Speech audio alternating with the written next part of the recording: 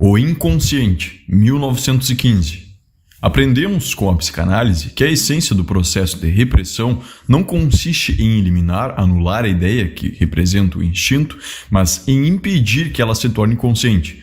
Dizemos então que se acha em estado de inconsciente e podemos oferecer boas provas de que também, inconscientemente, ela pode produzir efeitos, inclusive aqueles que afinal atingem a consciência. Tudo que é reprimido tem de permanecer inconsciente, mas constatemos logo de início que o reprimido não cobre tudo que é inconsciente. O inconsciente tem o âmbito maior, o reprimido é uma parte do inconsciente. De que forma podemos chegar ao conhecimento do inconsciente? É claro que o conhecemos apenas enquanto consciente, depois que experimentou uma transposição ou tradução em algo consciente. Diariamente, o trabalho psicanalítico nos traz a experiência de que é possível uma tal tradução. Isso requer que o analisando supere determinadas existências, as mesmas que outrora, rejeitando do consciente, transformar um dado material em reprimido. Primeira parte: justificação do inconsciente. O direito de supor uma psique inconsciente e de trabalhar cientificamente com essa hipótese nos é contestado de muitos lados. A isso podemos replicar que a suposição do inconsciente é necessária e legítima, e que possuímos várias provas da existência do inconsciente. Ela é necessária porque os dados da consciência têm muitas lacunas. Tanto em pessoas sadias como em doentes verificam-se com frequência atos psíquicos que pressupõem, para sua explicação, outros atos, de que a consciência não dá testemunho. Esses atos não são apenas as ações falhas e os sonhos dos indivíduos sadios, e tudo que é chamado de sintomas e fenômenos obsessivos na psique dos doentes. Nossa experiência cotidiana mais pessoal nos familiariza com pensamentos espontâneos cuja origem não conhecemos e com resultados intelectuais cuja elaboração permanece oculta para nós. Todos esses atos conscientes permanecem desconexos e incompreensíveis se insistimos na pretensão de que, através da consciência, experimentamos tudo o que nos sucede em matéria de atos psíquicos, mas se inscrevem numa coerência demonstrável se neles interpolamos os atos inconscientes inferidos. Um ganho em sentido e coerência é motivo plenamente justificado para irmos além da experiência imediata. Se além disso pudermos edificar sobre a hipótese do inconsciente uma prática bem-sucedida, mediante a qual influímos no curso dos processos conscientes, teremos nesse sucesso uma prova indiscutível da existência daquilo suposto. Então será preciso adotar o ponto de vista de que é uma pretensão insustentável exigir que tudo o que sucede na psique teria de se tornar conhecido também para a consciência. Podemos avançar um pouco e alegar, em favor de um estado psíquico inconsciente, que a cada instante a consciência abrange apenas um conteúdo mínimo, de sorte que a maior parte do que denominamos conhecimento consciente deve, de qualquer maneira, achar-se em estado de latência por longos períodos de tempo, ou seja, em um estado de inconsciência psíquica. Contradizer o inconsciente seria, em vista de todas as nossas lembranças latentes, algo inteiramente inconcebível. Deparamos, em seguida, com a objeção de que essas recordações latentes já não podem ser chamadas de psíquicas, mas correspondem a vestígios de processos somáticos a partir dos quais o psíquico pode novamente surgir.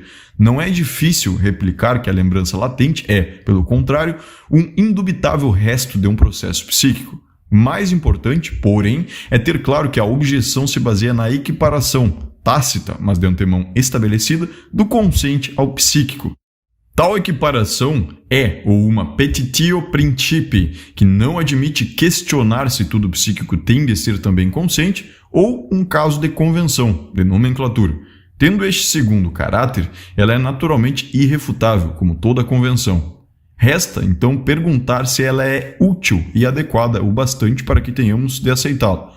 Podemos responder que a identificação convencional entre o psíquico e o consciente é totalmente inadequada.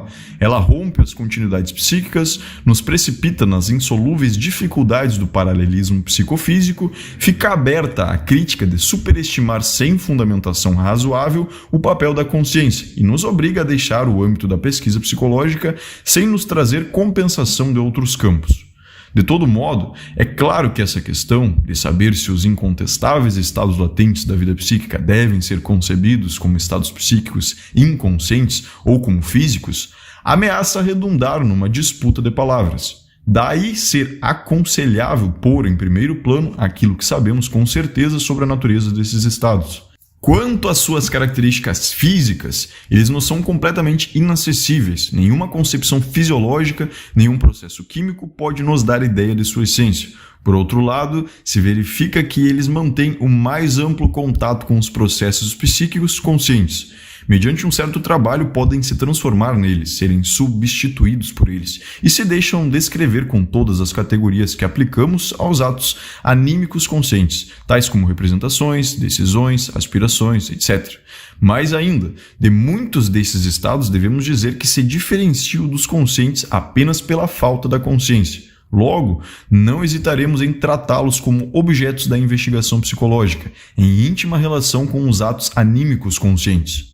A tenaz rejeição do caráter psíquico dos atos anímicos latentes se explica pelo fato de a maioria dos fenômenos considerados não haver se tornado objeto de estudo fora da psicanálise. Quem não conhece os fatos patológicos vê como casuais os lapsos das pessoas normais e se limita à velha sabedoria de que os sonhos são espumas. Precisa apenas negligenciar mais alguns enigmas da psicologia da consciência para se poupar a hipótese de uma atividade anímica inconsciente. As experiências hipnóticas, aliás, especialmente a sugestão pós-hipnótica, demonstraram de modo tangível a existência e maneira de operar do inconsciente psíquico, antes mesmo da época da psicanálise. A hipótese do inconsciente é também inteiramente legítima, na medida em que, ao adotá-la, não nos afastamos um passo da maneira de pensar que, para nós, é habitual e tida como correta. A consciência proporciona a cada um de nós apenas o conhecimento dos próprios estados da alma. Que um outro ser humano tenha consciência é uma conclusão que se tira por analogia, com base nas manifestações e nos atos que percebemos desse outro, para nos tornar compreensível o seu comportamento. Psicologicamente mais correto seria talvez afirmar que, sem maior reflexão, nós atribuímos a cada outro indivíduo nossa própria constituição e também nossa consciência, e que tal identificação é o pressuposto de nossa compreensão. Essa conclusão ou identificação foi outrora estendida pelo eu aos outros seres humanos, animais, plantas, as coisas inanimadas e a totalidade do mundo, e se revelou útil enquanto a similitude com o eu individual foi preponderante, mas tornou-se menos confiável à medida que o outro se distanciou do eu. Atualmente, nossa reflexão crítica já é insegura quanto à consciência dos animais, recusa-se a admiti-la nas plantas e deixa para o misticismo a hipótese de uma consciência do que é inanimado. Mas também onde a tendência original à identificação passou pelo exame crítico, no caso de o outro ser um humano próximo, a suposição de uma consciência baseia-se numa inferência e não pode partilhar da imediata certeza de nossa própria consciência. Ora, a psicanálise exige apenas que esse método de inferência se volte também para a própria pessoa, algo para o qual não existe, claro, uma tendência constitucional. Assim fazendo, será preciso dizer que todos os atos e manifestações que em mim percebo e que não sei ligar ao restante da minha vida psíquica têm de ser julgados como se pertencessem a uma outra pessoa e devem achar esclarecimento por uma vida anímica que se atribua a esta pessoa. A experiência também mostra que sabemos interpretar nos outros, isto é, integrar no seu contexto anímico, os mesmos atos a que negamos reconhecimento psíquico em nossa própria pessoa. Evidentemente, um obstáculo especial desvia nossa investigação da própria pessoa, impedindo que realmente a conheçamos. Esse método de interferência aplicado sobre a própria pessoa, apesar de oposição interna, não leva à descoberta de um inconsciente, e sim, mais corretamente, à suposição de uma outra, uma segunda consciência que em minha pessoa se acha unida com a que me é conhecida. Mas nisso a crítica tem justa oportunidade de fazer objeções. Primeiro, uma consciência da qual o próprio portador nada sabe é algo diferente de uma consciência alheia, e pode-se perguntar se uma tal consciência, a que falta a mais importante característica, merece de fato uma discussão. Quem se rebelou contra a hipótese de uma psique inconsciente não ficará satisfeito em trocá-la por uma consciência inconsciente. Em segundo lugar, a análise indica que cada um dos processos anímicos latentes que inferimos goza de um alto grau de independência, como se não estivesse em ligação com os demais e nada soubesse deles. Devemos então estar preparados para supor em nós uma segunda consciência, mas também uma terceira, quarta, talvez uma série interminável de estados de consciência, todos desconhecidos para nós e entre si. Em terceiro lugar, vem, como o argumento de maior peso, a consideração de que, através da pesquisa analítica, sabemos que uma parte desses processos latentes possui características e peculiaridades que nos parecem estranhas, mesmo incríveis, e que contrariam diretamente os atributos da consciência que nos são conhecidos. Assim, teremos razão para modificar a inferência sobre nossa própria pessoa. Ela não demonstra uma segunda consciência em nós, mas sim a existência de atos psíquicos privados de consciência. Também a designação de subconsciência poderemos rejeitar por ser incorreta e enganadora. Os conhecidos casos de dupla consciência, cisão da consciência, nada provam contra a nossa concepção. Eles podem ser descritos de maneira mais pertinente como casos de cisão das atividades anímicas em dois grupos, sendo que então a mesma consciência volta-se alternadamente para um ou para outro. Na psicanálise, só nos resta declarar os processos anímicos em si como inconscientes e comparar sua percepção pela consciência à percepção do mundo externo pelos órgãos dos sentidos. Esperamos, inclusive, que essa comparação seja proveitosa para o nosso conhecimento. A suposição psicanalítica da atividade anímica inconsciente nos parece, por um lado, um desenvolvimento ulterior do animismo primitivo, que em tudo nos fazia ver imagens fiéis de nossa consciência, e, por outro lado, o prosseguimento da retificação empreendida por Kant de nosso modo de conceber a percepção externa. Assim como Kant nos alertou para não ignorar o condicionamento subjetivo de nossa percepção e não tomá-la como idêntica ao percebido incognoscível, a psicanálise adverte para não se colocar a percepção pela consciência no lugar do processo psíquico inconsciente, que é o objeto dessa percepção. Tal como o físico, também o psíquico não precisa, na realidade, ser como nos aparece. Mas teremos a satisfação de verificar que a retificação da percepção interna não apresenta dificuldade tão grande como a da externa, que o objeto interno é menos incognoscível que o mundo exterior. Segunda parte, a pluralidade de sentidos do inconsciente e o ponto de vista topológico. Antes de prosseguir, constatemos o fato importante e também embaraçoso de que a inconsciência é apenas um traço distintivo do psiquismo que, de modo algum, basta para sua caracterização. Existem atos psíquicos de valor bem diverso que, no entanto, coincidem na característica de serem inconscientes. Por um lado, o inconsciente abrange atos que são apenas latentes, temporariamente inconscientes, mas que de resto não se diferenciam em nada dos conscientes e, por outro lado, processos como os reprimidos que, caso se tornassem conscientes, contrastariam da maneira mais crua com os restantes conscientes. Para pôr fim a todos os mal-entendidos, seria bom abstrair totalmente, na descrição dos variados atos psíquicos, do fato de serem conscientes ou inconscientes e classificá-los apenas segundo a sua relação com os instintos e metas, segundo sua composição e inclusão nos sistemas psíquicos superpostos uns aos outros. Mas isso é impraticável por razões diversas, e assim não podemos escapar à ambiguidade de utilizar os termos consciente e inconsciente, ora no sentido descritivo, ora sistemático, quando então significam inclusão em determinados sistemas e posse de certos atributos.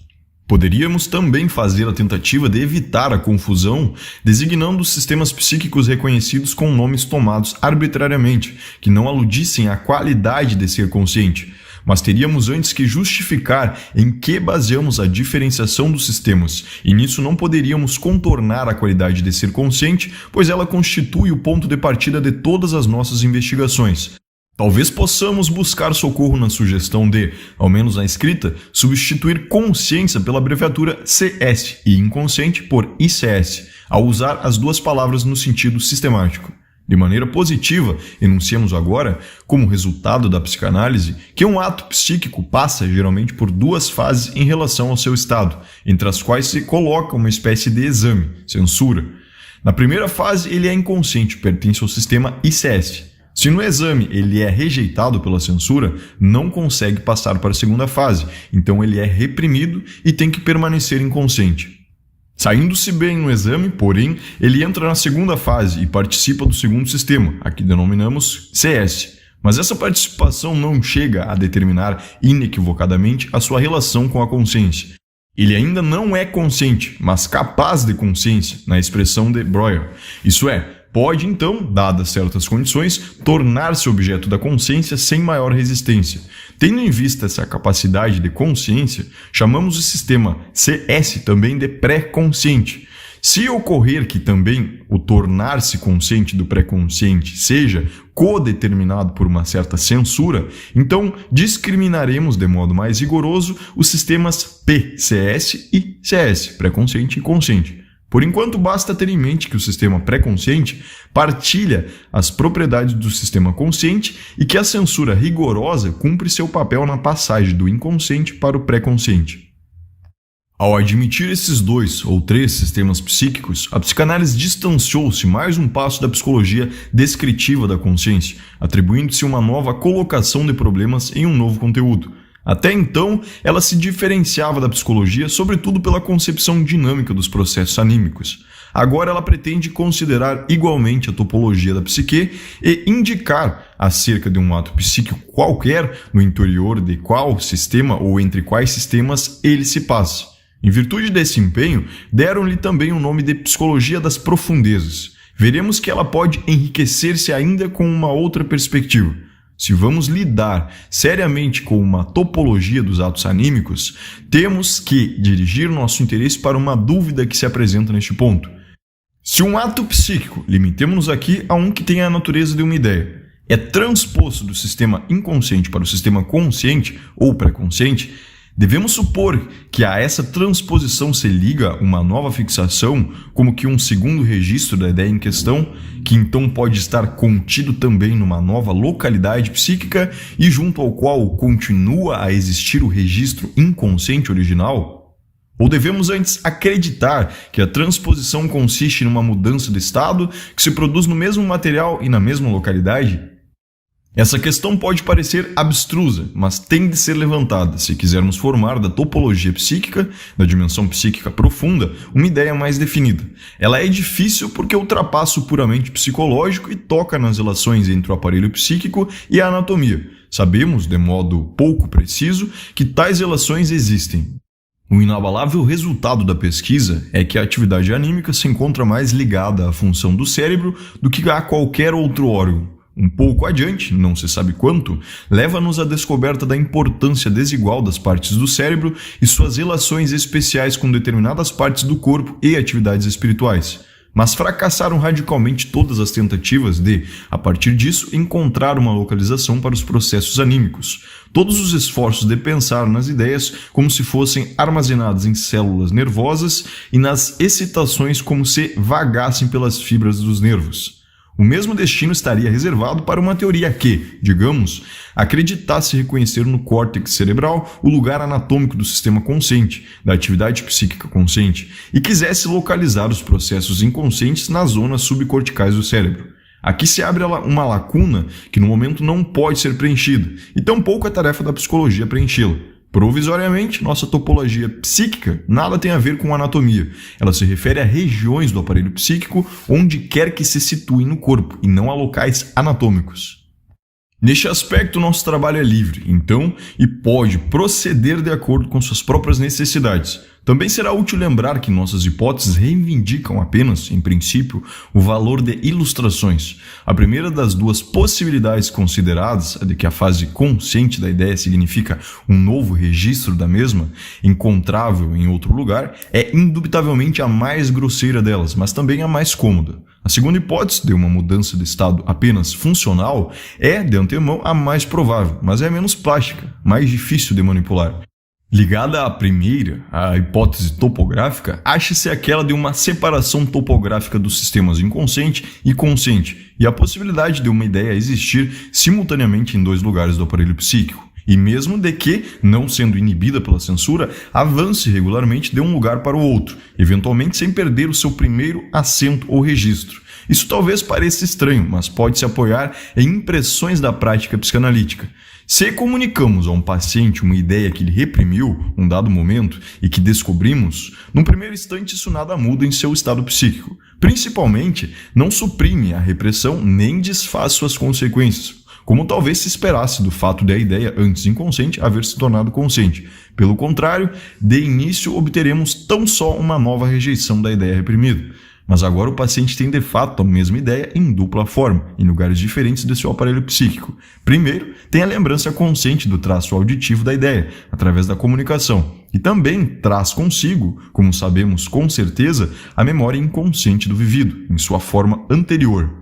Na realidade, a repressão não é suprimida enquanto a ideia consciente, após a superação das existências, não entrou em ligação com o traço de memória inconsciente. Apenas tornando consciente esta última, se alcança o êxito.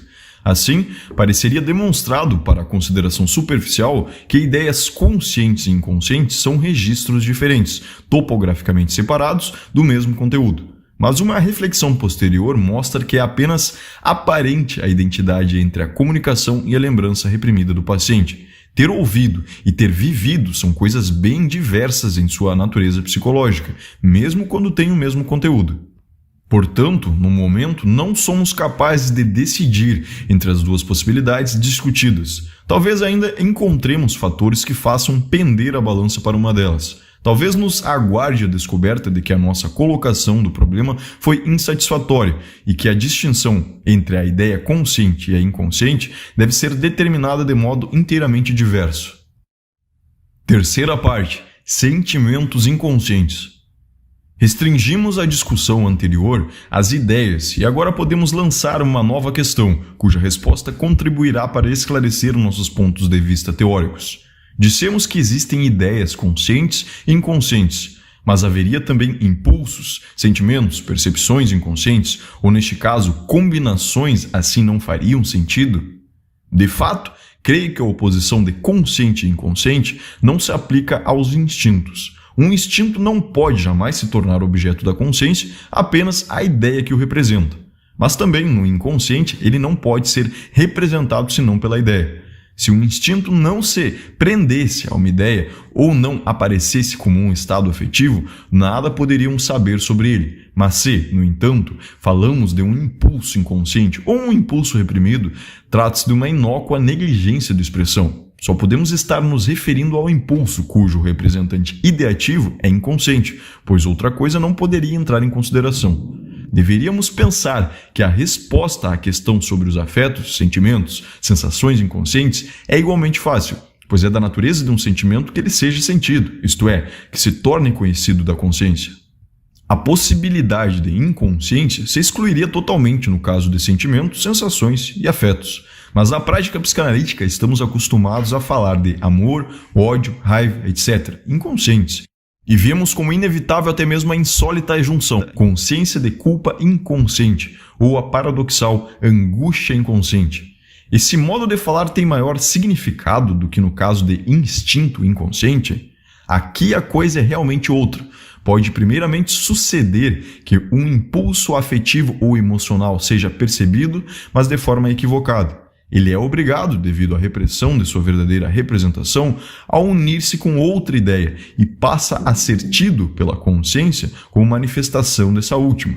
Se restabelecemos o vínculo correto, chamamos o impulso afetivo original de inconsciente. E embora seu afeto jamais tenha sido inconsciente, apenas sua ideia sucumbiu à repressão.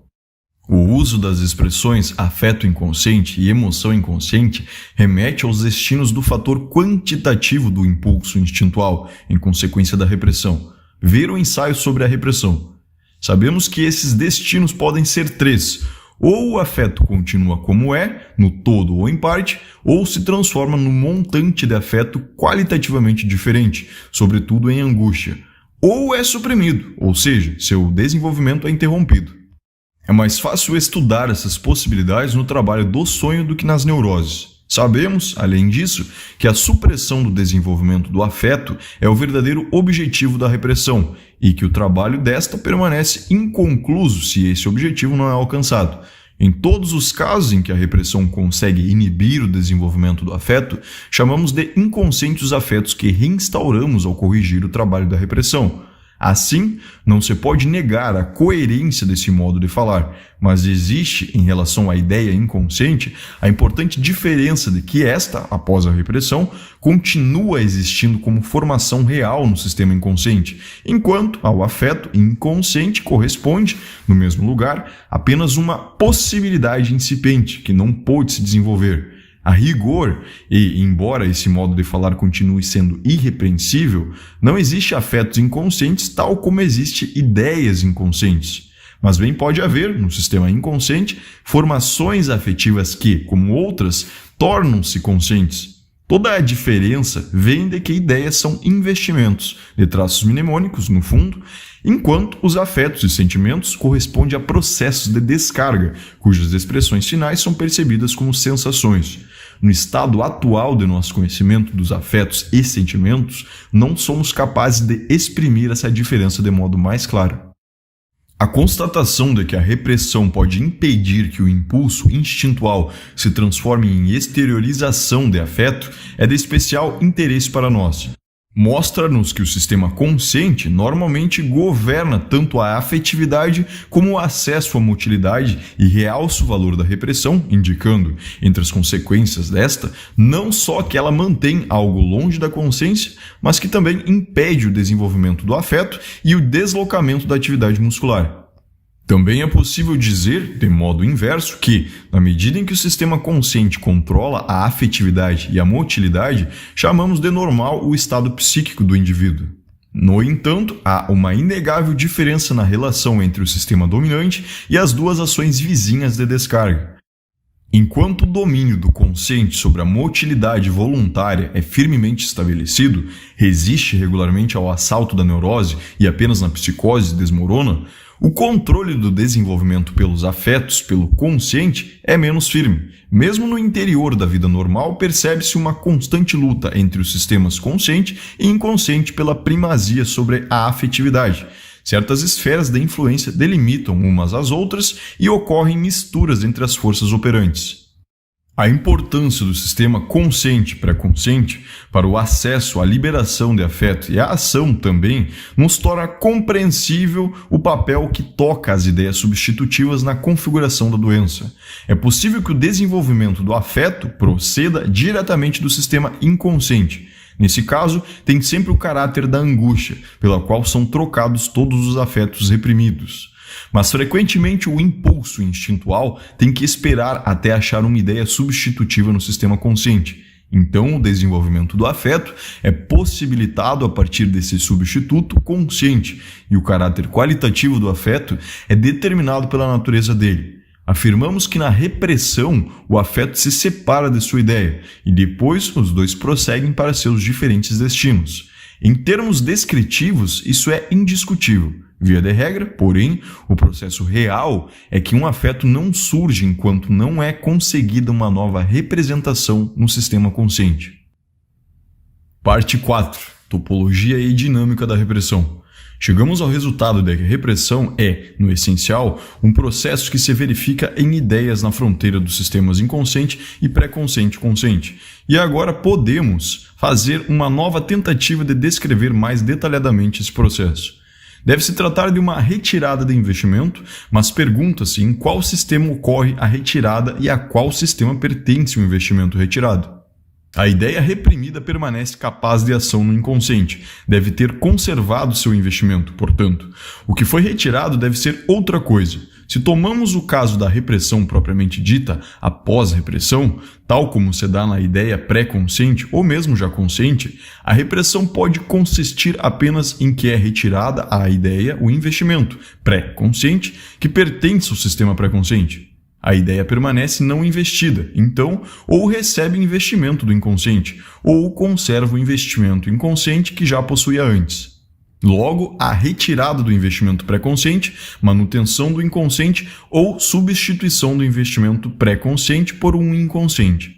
Notamos, aliás, que como por descuido baseamos essas considerações na hipótese de que a passagem do sistema inconsciente para o seguinte não ocorre por um novo registro, mas por uma mudança de estado, uma modificação do investimento. Aqui a hipótese funcional tirou de cena topológica, sem maior esforço.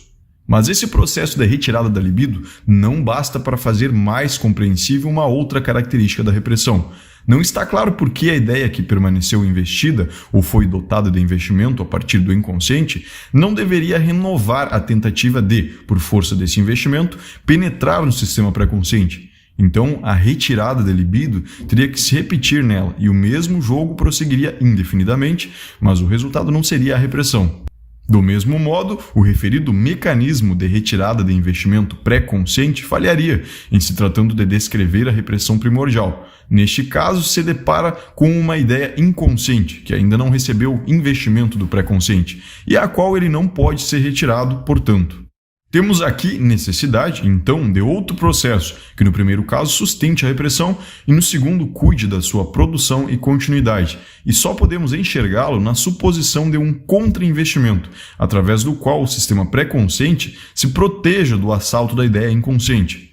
Como se manifesta um tal contra-investimento que tem lugar no sistema pré-consciente é algo que veremos em exemplos clínicos. É ele que representa o gasto permanente de uma repressão primordial, mas que também garante a permanência dela. O contra-investimento é o único mecanismo da repressão primordial. Na repressão propriamente dita, após repressão, sobrevém a subtração do investimento pré-consciente. É bem possível que precisamente o investimento retirado à ideia seja aplicado no contra-investimento. Notamos que pouco a pouco fomos levados a introduzir, na exposição de fenômenos psíquicos, um terceiro ponto de vista, além do dinâmico e do topológico, o econômico, que procura acompanhar os destinos das quantidades de excitação e alcançar uma avaliação ao menos relativa dos mesmos. Parece-nos apropriado distinguir com um nome especial o modo de ver as coisas que é a consumação da pesquisa psicanalítica. Proponho que seja denominada metapsicológica, uma exposição na qual consigamos descrever um processo psíquico em suas relações dinâmicas, topológicas e econômicas. Diga-se de imediato que, no estado atual de nossos conhecimentos, conseguiremos fazê-lo apenas em alguns pontos isolados.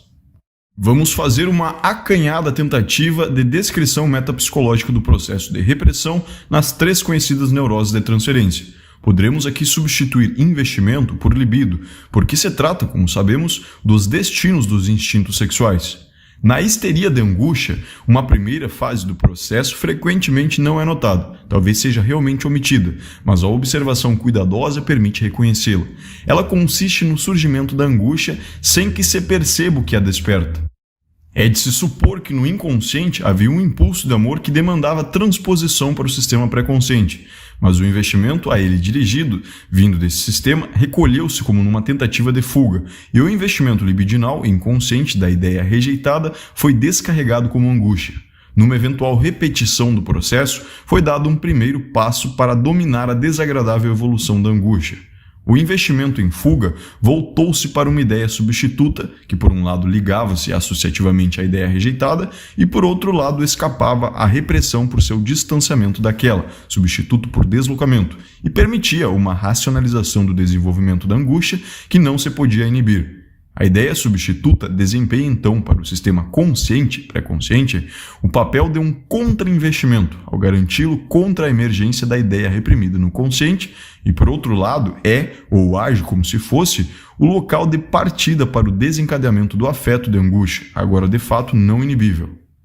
A observação clínica mostra que, por exemplo, a criança que sofre de fobia de animal sente angústia em dois tipos de condições. Primeiro, quando o impulso amoroso reprimido é intensificado. Segundo, quando o animal angustiante é percebido. A ideia substituta se comporta, num caso, como o local de uma transmissão do sistema inconsciente para o sistema consciente. No outro, como uma fonte independente que desencadeia a angústia. A expansão do domínio do sistema consciente costuma se manifestar no fato de que o primeiro modo de excitação da ideia substituta retrocede cada vez mais diante do segundo. Talvez a criança se comporte, afinal, como se não tivesse afeição alguma pelo pai, tendo se liberado completamente dele e como se tivesse de fato medo do animal. Mas esse medo, nutrido da fonte instintual e inconsciente, revela-se pertinaz e desmedido face a todas as influências do sistema consciente, traindo desse modo sua proveniência do sistema inconsciente. O contra-investimento do sistema consciente levou, portanto, à formação substitutiva, na segunda fase da histeria da angústia. Logo, o mesmo mecanismo encontra uma nova aplicação. O processo de repressão ainda não terminou, como sabemos, e encontra um outro objetivo na tarefa de inibir o desenvolvimento da angústia a partir do substituto. Isso ocorre desta maneira. Tudo o que o circunda e está associado à ideia substituta é investido de particular intensidade, de modo a poder demonstrar uma grande sensibilidade à excitação. Uma excitação de qualquer ponto dessa estrutura exterior deve, inelutavelmente, graças à conexão com a ideia substituta, dar ocasião a um pequeno desenvolvimento da angústia, que então é utilizada como sinal para inibir, mediante nova fuga do investimento, o desenvolvimento ulterior da angústia. Quanto mais os contra-investimentos sensíveis e alertas forem distanciados do substituto temido, mais precisamente poderá funcionar o mecanismo que deve isolar a ideia substituta e dela afastar excitações novas. Naturalmente, essas cautelas protegem apenas das excitações que chegam à ideia substituta a partir de fora, mediante a percepção, mas nunca do impulso instintual que alcança a ideia substituta a partir da ligação com a ideia reprimida. Portanto, elas começam a influir apenas quando o substituto assumiu bem a representação do reprimido e não podem jamais ser inteiramente confiáveis. A cada aumento da excitação instintual, o baluarte de proteção em torno da ideia substituta tem que ser colocado um pouco adiante. Toda essa construção, que de modo análogo é produzida nas outras neuroses, leva o nome de fobia. A fuga ante o investimento consciente da ideia substituta se exprime nas renúncias, evitações e proibições em que reconhecemos a histeria da angústia. Olhando todo o processo, pode-se dizer que a terceira fase repetiu em escala maior o trabalho da segunda. O sistema inconsciente protege-se agora da ativação da ideia substituta mediante o contra-investimento do que a circunda, tal como antes havia se garantido contra a emergência da ideia reprimida mediante o investimento da ideia substituta. Desse modo, prosseguiu a formação substitutiva por deslocamento. É preciso acrescentar que antes o sistema consciente possuía tão só um pequeno lugar por onde podia irromper o impulso instintual reprimido, ou seja, a ideia substituta, mas que afinal toda a estrutura fóbica exterior corresponde a um tal enclave da influência inconsciente. Além disso, podemos sublinhar o ponto de vista interessante de que, através do mecanismo de defesa posto em ação, foi alcançada uma projeção do perigo instintual para fora. O eu se comporta como se o perigo do desenvolvimento da angústia não partisse do impulso instintual, mas de uma percepção, o que lhe permite reagir a esse perigo externo com as tentativas de fuga das evitações fóbicas. Uma coisa a repressão obtém nesse processo. O desencadeamento de angústia pode ser represado em alguma medida, mas apenas com pesados sacrifícios da liberdade pessoal. Tentativas de fuga ante exigências instintuais são geralmente inúteis, porém, e o resultado da fuga fóbica é sempre insatisfatório. Boa parte do que encontramos na histeria de angústia vale também para as duas outras neuroses, de maneira que podemos limitar a discussão às diferenças e o papel da contratransferência. Na histeria de conversão, o investimento instintual da ideia reprimida é transformado em inervação do sintoma. Até onde e em que condições a ideia inconsciente é drenada por essa descarga, a inervação, de modo a poder abandonar o assédio ou sistema consciente, é uma questão que, juntamente com outras semelhantes, será melhor reservar para uma investigação especial da histeria. O papel do contra-investimento que parte do sistema consciente pré-consciente é nítido na histeria de conversão e vem à luz na formação de sintomas. É o contra-investimento que escolhe em qual parte do representante instintual pode se concentrar todo o investimento dela. Essa porção eleita para sintoma preenche a condição de exprimir tanto a meta de desejo do impulso instintual como o esforço de defesa ou castigo do sistema consciente. Então ela é superinvestida e sustentada por ambos os lados, como a ideia substituta na histeria da angústia. Dessa situação, podemos inferir que o dispêndio em repressão do sistema consciente não precisa ser tão grande como a energia de investimento do sintoma, pois a intensidade da repressão é medida pelo contra-investimento aplicado. E o sintoma não se apoia apenas no contra-investimento, mas também no investimento instintual nele condensado, vindo do sistema inconsciente. Quanto à neurose obsessiva, acrescentaríamos as observações do ensaio anterior, a repressão, que nela aparece em primeiro plano, do modo mais palpável, o contra-investimento do sistema consciente.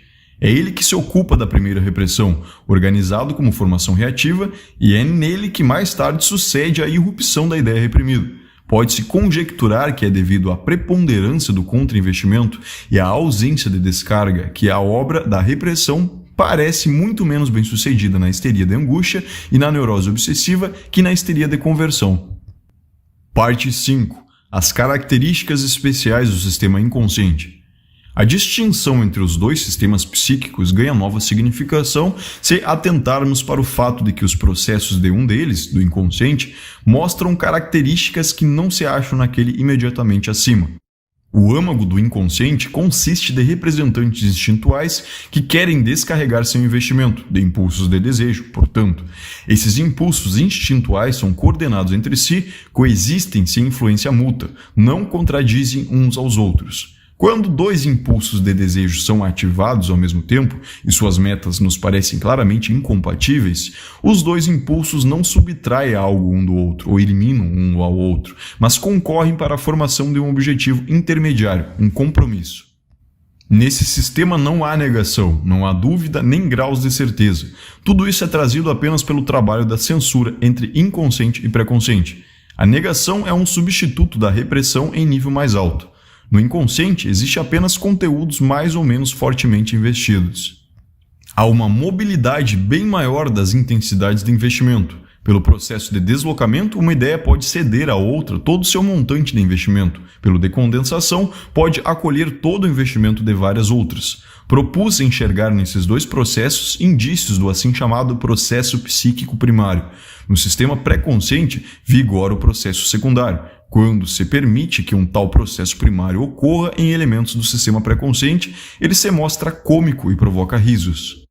Os processos do sistema inconsciente são atemporais, isto é, não são ordenados temporalmente, não são alterados pela passagem do tempo, não têm relação nenhuma com o tempo. A referência ao tempo também se acha ligada ao trabalho do sistema consciente. Os processos do inconsciente tampouco levam em consideração a realidade. São sujeitos ao princípio do prazer. Seu destino depende apenas de sua intensidade e de cumprir ou não as exigências da regulação prazer ou desprazer. Vamos resumir. A ausência de contradição, processo primário, mobilidade dos investimentos, atemporalidade e substituição da realidade externa pela psíquica são as características que podemos esperar encontrar nos processos do sistema inconsciente. Os processos inconscientes tornam-se cognoscíveis para nós apenas nas condições do sonho e das neuroses, ou seja, quando processos do mais elevado sistema pré-consciente são transpostos para um estágio anterior mediante um rebaixamento, regressão. Em si, eles são incognoscíveis e também incapazes de existência, porque ao sistema inconsciente se sobrepõe bastante cedo o pré-consciente, que se apoderou do acesso à consciência e à motilidade. A descarga do sistema inconsciente passa para a inervação somática, levando ao desenvolvimento do afeto, mas, como vimos, mesmo essa via de escoamento é contestada pelo pré-consciente. Apenas por si, o sistema pré-consciente, em circunstâncias normais, não poderia realizar nenhuma ação muscular apropriada, com exceção daquelas já organizadas como reflexos. A plena significação dessas características no sistema inconsciente só se tornaria clara para nós se pudéssemos contrapô-las aos atributos do sistema pré-consciente e compará-las a estes. Mas isso nos levaria tão longe que mais uma vez proponho concordarmos num adiantamento e fazermos a comparação dos dois sistemas apenas quando da apreciação daquele mais elevado. Só o que é mais premente deverá ser agora mencionado. Os processos do sistema pré-consciente mostram, isso não importando se já são conscientes ou apenas capazes de consciência, uma inibição da tendência das ideias investidas à descarga. Quando um processo passa de uma ideia a outra, a primeira retém parte de seu investimento e só uma pequena parcela sofre deslocamento.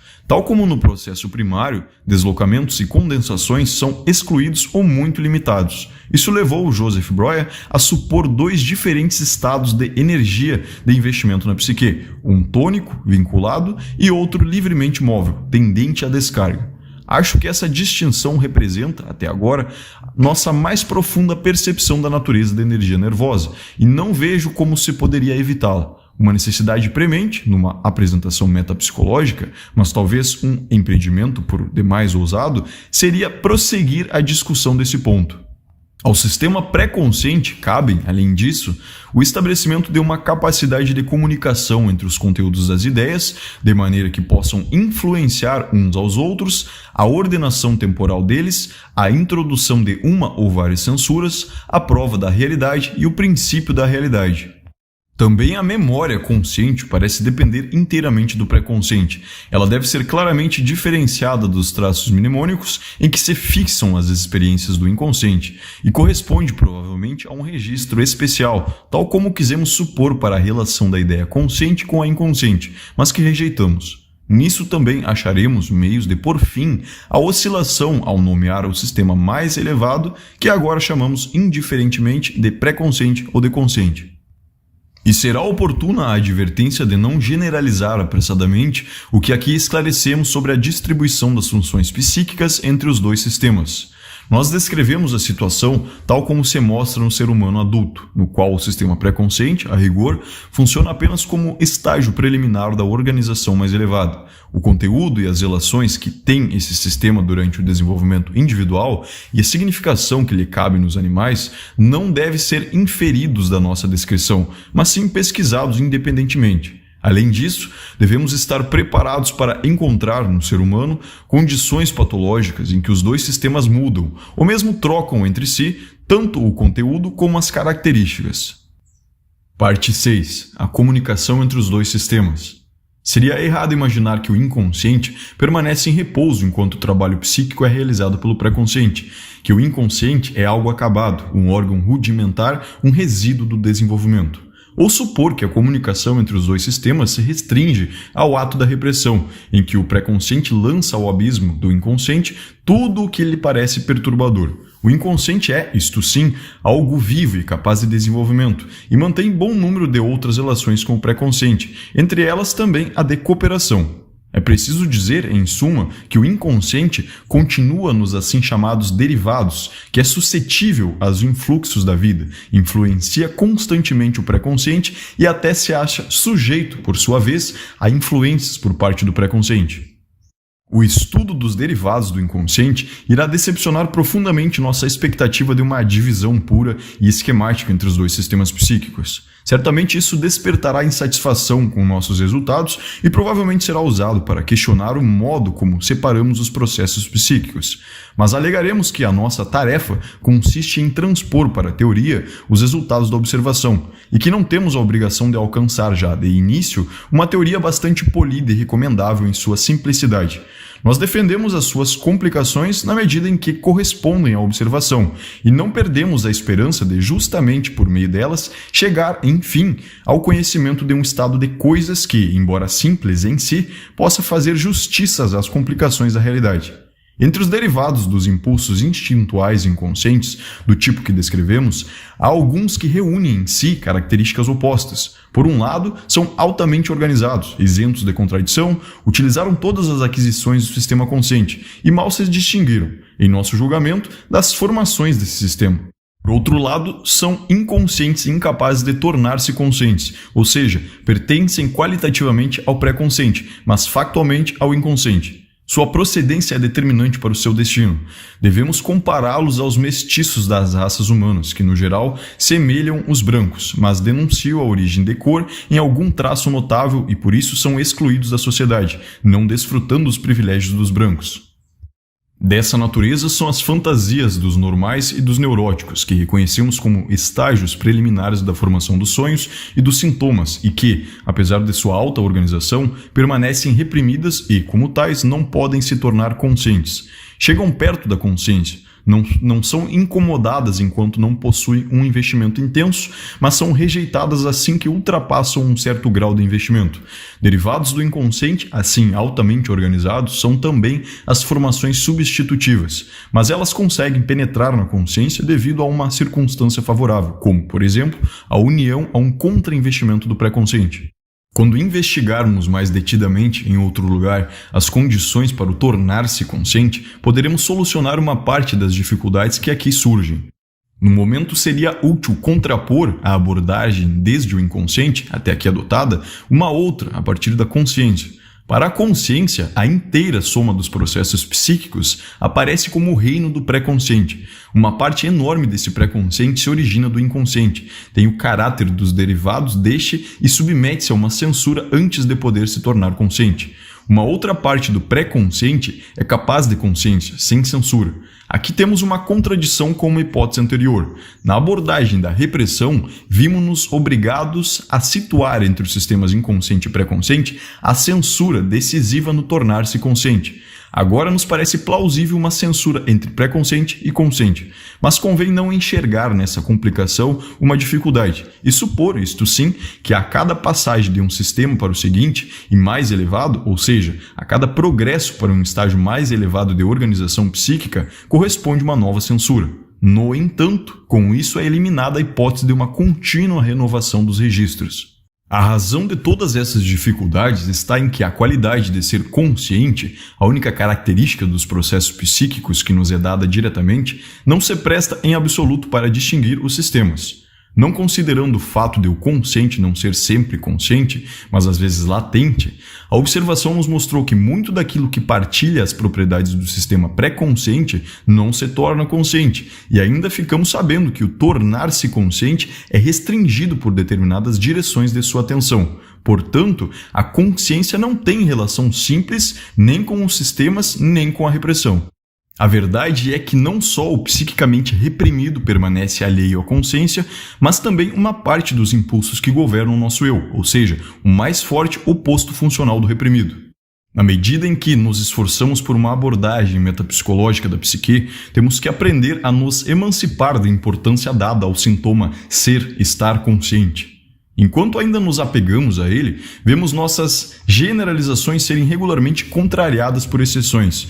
Vemos que derivados do inconsciente tornam-se conscientes como formações substitutas e sintomas, via de regra após consideráveis distorções em relação ao inconsciente, mas frequentemente conservando muitas características que solicitam a repressão. Notamos que permanecem inconscientes muitas formações pré-conscientes que, de acordo com sua natureza, pensaríamos, bem poderiam tornar-se conscientes. É provável que nelas prevaleça a mais forte atração do inconsciente. Somos levados a buscar a diferença mais significativa, não ali entre o consciente e o pré-consciente, mas entre o pré-consciente e o inconsciente.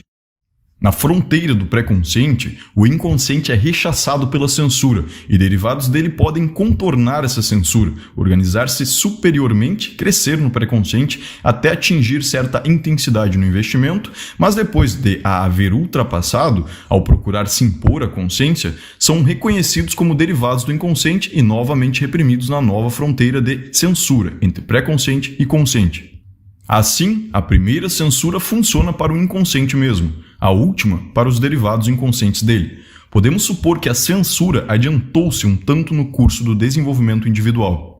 No tratamento psicanalítico, chegamos à prova incontestável da existência da segunda censura, aquela entre os sistemas pré-consciente e consciente. Solicitamos ao paciente que produza numerosos derivados do inconsciente, obrigamo-lo a superar as objeções da censura ao fato de essas formações pré-conscientes se tornarem conscientes e, pela vitória sobre essa censura, abrimos o caminho para a abolição da repressão, que é obra da censura anterior.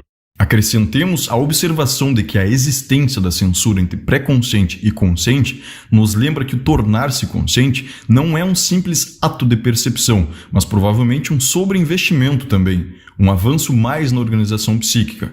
Examinemos a comunicação do inconsciente com os outros sistemas, não para constatar algo novo, mas para não ignorar o que tem mais relevo.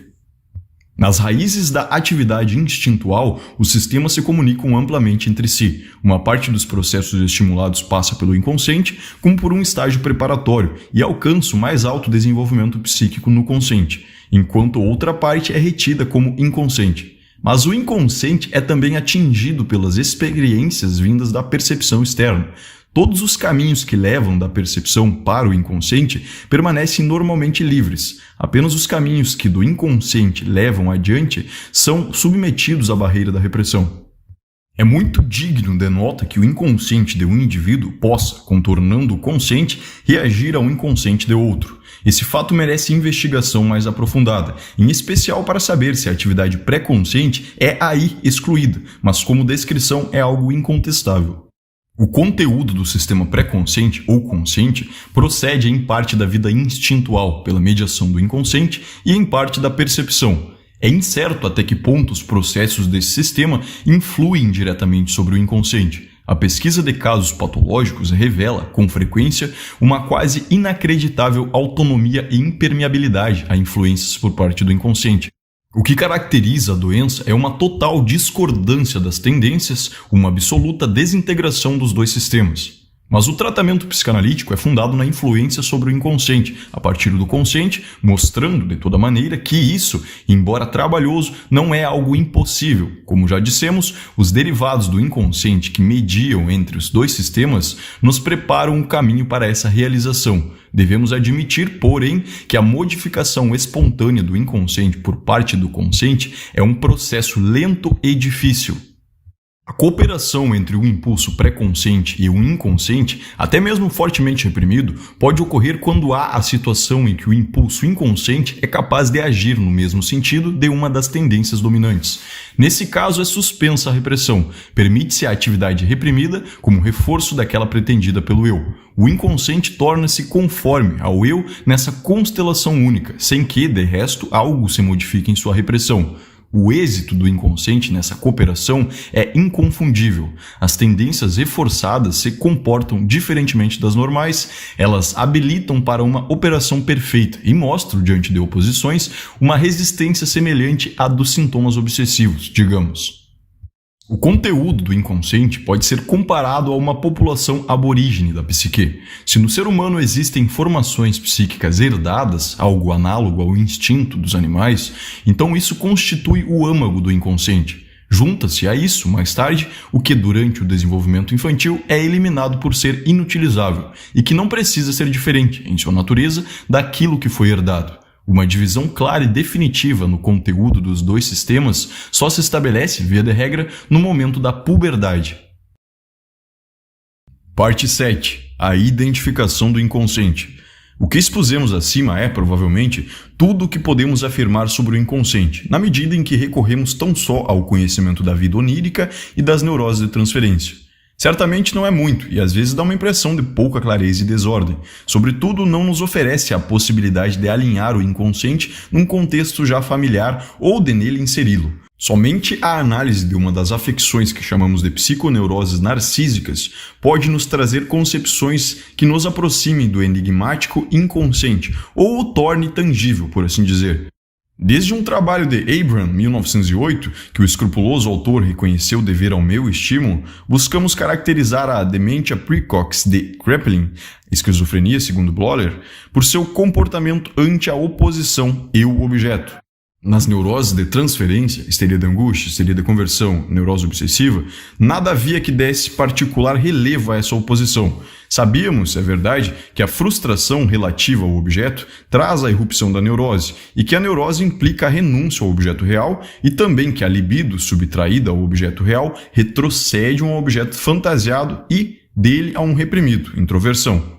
Mas nelas o investimento objetal é mantido com grande energia, e um exame mais cuidadoso do processo de repressão nos levou a admitir que o investimento objetal dentro do sistema inconsciente continua a existir, apesar, ou melhor, por causa da repressão. Afinal, a capacidade para transferência, que nessas afecções nós utilizamos para fins terapêuticos, pressupõe um investimento objetal inalterado. Já na esquizofrenia, impôs-se para nós a hipótese de que depois do processo de repressão, a libido retirada não busca um novo objeto, mas recua para o eu, ou seja, de que os investimentos objetais são abandonados e um estado primitivo de narcisismo sem objeto é reestabelecido. A capacidade desses pacientes para transferência, até onde alcança o processo patológico, a consequente inacessibilidade à terapia, a característica de rejeição do mundo externo, o surgimento de sinais de um sobreinvestimento do próprio eu, o desfecho na completa apatia, todos esses traços clínicos parecem condizer perfeitamente com a hipótese de um abandono dos investimentos objetais. Quanto à relação entre os dois sistemas psíquicos, todos os observadores notaram que na esquizofrenia se exprime conscientemente muita coisa que nas neuroses de transferência só podemos demonstrar que existem no inconsciente, mediante a psicanálise. Mas não foi possível, ao menos no início, estabelecer uma conexão inteligível entre a relação eu-objeto e as relações da consciência. O que procuramos parece apresentar-se da seguinte maneira insuspeitada. Observa-se nos esquizofrênicos, sobretudo nos instrutivos estágios iniciais, um bom número de mudanças na linguagem, das quais algumas merecem ser examinadas de um certo ponto de vista.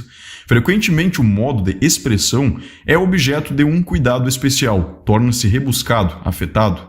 As frases são formadas com uma peculiar ausência de organização que as torna ininteligíveis para nós, de maneira que consideramos absurdas as manifestações dos doentes. Com frequência, uma relação com órgãos do corpo ou inervações assume o primeiro plano no conteúdo dessas manifestações.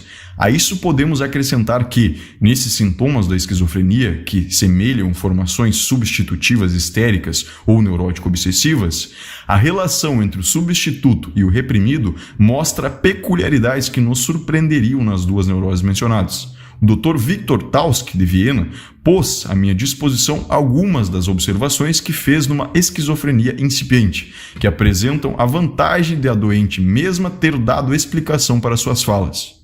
Mostrarei agora, tomando 2 de seus exemplos, a concepção que pretendo defender, e não duvido que qualquer observador poderia facilmente produzir tal material em abundância. Uma das doentes de Taussky, uma garota que foi levada para a clínica após uma briga com seu namorado, queixa-se de que os olhos não estão direitos, estão virados. Ela mesma explica, ao fazer, em linguagem coerente, várias recriminações ao namorado. Ela não o compreende, ele parece diferente a cada vez, é um hipócrita, um virador de olhos. Ela virou os olhos dela, agora ela tem os olhos virados. Não são mais seus olhos, agora ela vê o mundo com outros olhos. As declarações da doente sobre sua frase ininteligível têm o valor de uma análise, pois contêm o equivalente da frase em linguagem compreendida por todos. Ao mesmo tempo, esclarecem a respeito da significação e da gênese da formação de palavras na esquizofrenia. Em concordância com Taussky, quero ressaltar que, nesse exemplo, a relação com o órgão, o olho, se arvora em representação de todo o conteúdo. A fala esquizofrênica tem aí um traço hipocondríaco, torna-se linguagem do órgão. Outra declaração da mesma paciente: ela está em pé na igreja, de repente sente um puxão. Tem de pôr-se em outra posição como se pusesse alguém, como se fosse posta. Segue-se a análise com novas recriminações ao namorado, que é ordinário, que também a ela, que era de uma casa fina, ele tornou ordinária. Ele a tornou igual a si, ao fazê-la acreditar que lhe era superior. Agora ela se tornou como ele, porque acreditou que se tornaria melhor se ficasse igual a ele. Ele se colocou falsamente, agora ela é como ele, identificação. Ele a colocou em lugar errado. O movimento de pôr-se em outra posição, observa Taussky, é o modo de representar o termo festellen, pôr no lugar errado, e a identificação com o namorado. Outra vez destaco a predominância, em toda a cadeia de pensamentos, daquele elemento que tem por conteúdo uma inervação corporal, ou antes, a sensação dela. Uma histérica teria virado os olhos convulsivamente no primeiro caso, e no segundo teria realmente executado o puxão, em vez de sentir o impulso ou ter a sensação de fazê-lo. E nos 2 casos não teria nenhum pensamento consciente, e depois também seria incapaz de manifestá-lo. Essas 2 observações depõem a favor do que chamamos linguagem hipocondríaca, ou do órgão, mas também, o que nos parece mais importante, nos chamam a atenção para outro fato, que pode ser facilmente apontado nos exemplos reunidos na monografia de Bloller, por exemplo, e ser expresso numa fórmula determinada. Na esquizofrenia, as palavras são submetidas ao mesmo processo que forma as imagens oníricas a partir dos pensamentos oníricos latentes, que chamamos de processo psíquico primário. Elas são condensadas e transferem umas para as outras seus investimentos por inteiro, através do deslocamento. O processo pode ir tão longe que uma única palavra, tornada apta para isso, mediante múltiplas relações, assume a representação de toda uma cadeia de pensamentos. Os trabalhos de Bloller, Jung e seus discípulos fornecem rico material em favor justamente dessa afirmação. Antes de tirarmos uma conclusão dessas impressões, vamos ainda considerar as diferenças sutis, mas surpreendentes, entre a formação substituta esquizofrênica, de um lado, e a histérica e neurótico-obsessiva, de outro. Numa paciente que acompanho atualmente, o mau estado da pele e do rosto causou o abandono dos interesses da vida. Ela afirma ter cravos e fundos buracos no rosto, que qualquer pessoa enxerga.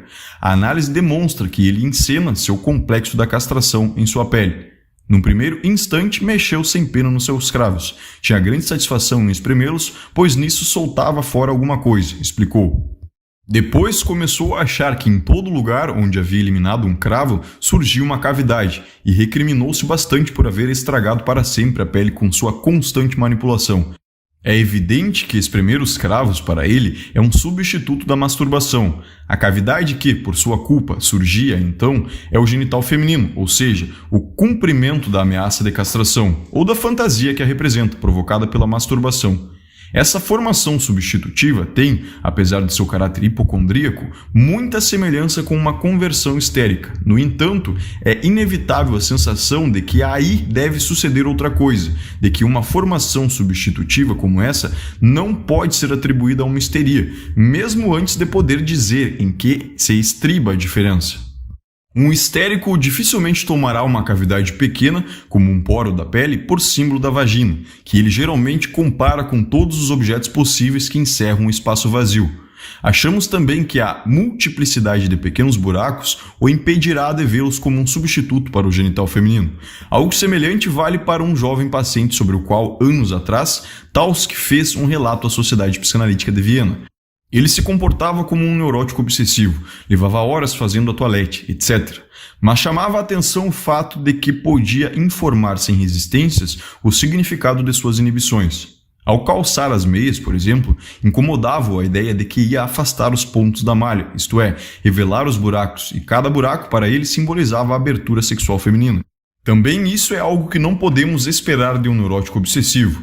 Um desses, observado por Rudolf Heittler, que sofria da mesma demora em calçar as meias, após superar as resistências, achou a explicação de que o pé era o símbolo do pênis, a colocação da meia um ato masturbatório, e ele tinha de constantemente pôr e tirar a meia, em parte para completar o quadro da masturbação, em parte para desfazê-lo. Se nos perguntamos o que empresta à formação substitutiva e ao sintoma esquizofrênico esse caráter estranho, compreendemos enfim que é a predominância da referência à palavra sobre a referência à coisa. Entre espremer um cravo e ejacular sêmen, há uma semelhança mínima da coisa, e ela é ainda menor entre os inúmeros, pouco profundos, poros da pele e a vagina. Mas no primeiro caso, algo esguicha cada vez, e no segundo vale, literalmente, a cínica frase que diz: um buraco é um buraco. O que determinou o substituto foi a uniformidade da expressão linguística, não a semelhança das coisas designadas. Quando as duas, palavra e coisa, não coincidem, a formação substitutiva esquizofrênica diverge daquela das neuroses de transferência. Vamos relacionar essa percepção à hipótese de que na esquizofrenia os investimentos de objetos são abandonados. Então teremos que fazer uma modificação. O investimento nas representações verbais dos objetos é mantido. Agora o que poderíamos chamar de representação consciente do objeto se decompõe para nós em representação da palavra e em representação da coisa, que consiste no investimento, se não das imagens mnemônicas diretas das coisas, ao menos de traços mnemônicos mais distantes e delas derivados. Acreditamos saber agora como uma representação consciente se distingue de uma inconsciente. As duas não são, como achávamos, diferentes registros do mesmo conteúdo em diferentes locais psíquicos, e tampouco diferentes condições funcionais de investimento no mesmo local. A representação consciente abrange a representação da coisa mais a da palavra correspondente, e a inconsciente é apenas a representação da coisa. O sistema inconsciente contém os investimentos de coisas dos objetos, os primeiros investimentos objetais propriamente ditos. O sistema pré-consciente surge quando essa representação da coisa é sobreinvestida mediante a ligação com as representações verbais que lhe correspondem. São esses sobreinvestimentos, conjecturamos, que levam a uma mais alta organização psíquica e tornam possível a substituição do processo primário pelo processo secundário dominante no pré-consciente. Podemos então dizer precisamente o que a repressão nas neuroses de transferência recusa à representação rejeitada, a tradução em palavras que devem permanecer ligadas ao objeto. A representação não colocada em palavras ou o ato psíquico não sobreinvestido permanece então no inconsciente como algo reprimido. Seja-me permitido observar que bem cedo já tínhamos a percepção que hoje nos torna compreensível uma das características mais notáveis da esquizofrenia. Nas últimas páginas de A Interpretação dos Sonhos, publicado em 1900, desenvolvo a tese de que os processos de pensamento, isto é, os atos de investimento mais afastados das percepções, não têm qualidades e são inconscientes em si, e apenas ligando-se aos resíduos das percepções de palavras, obtêm a capacidade de se tornar conscientes.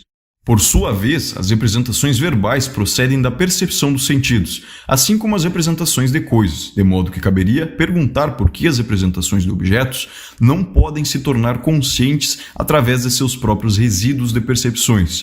Mas provavelmente o pensar ocorre em sistemas afastados dos originais resíduos de percepções, de modo que nada mais conservaram das qualidades desses e precisam ser reforçados com novas qualidades para se tornar conscientes. Além disso, mediante a ligação com palavras, podem ser dotados de qualidades também os investimentos que não puderam trazer nenhuma qualidade das percepções, por corresponderem apenas a relações entre as representações de objeto.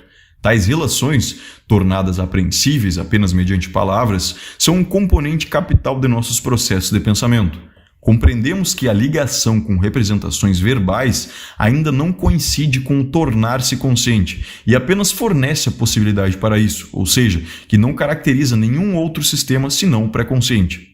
Mas agora notamos que essa discussão nos afastou de nosso tema propriamente dito e nos deixou em meio aos problemas relativos ao pré-consciente e ao consciente, que seria adequado tratarmos separadamente.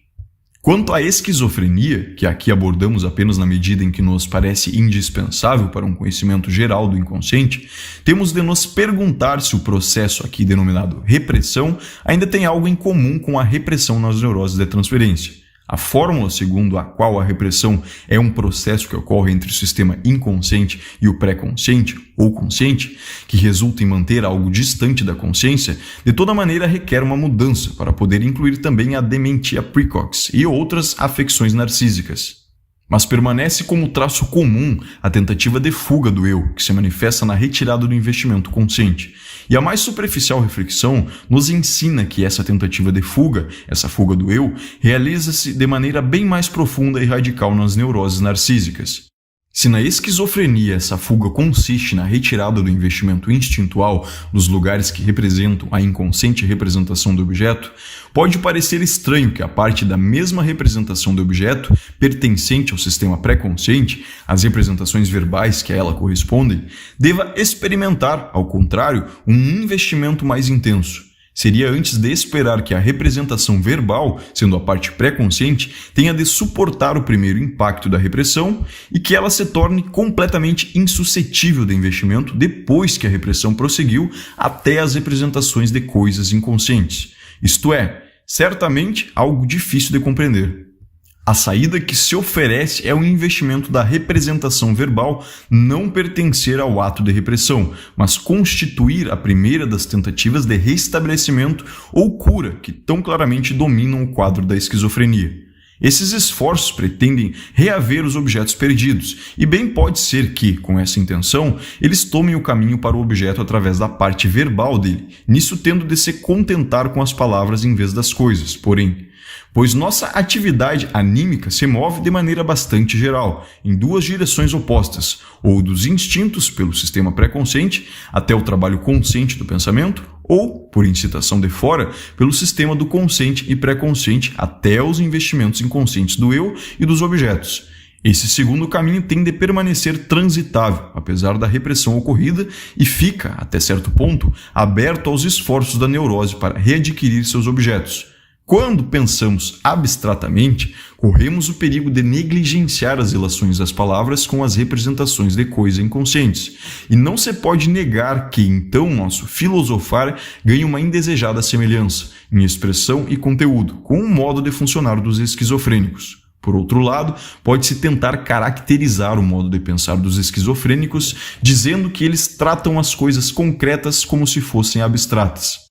Se nós, de fato, identificamos o inconsciente e determinamos de forma correta a diferença entre uma representação inconsciente e uma pré-consciente, então nossas pesquisas, a partir de muitos outros pontos, deverão necessariamente remeter a essa percepção.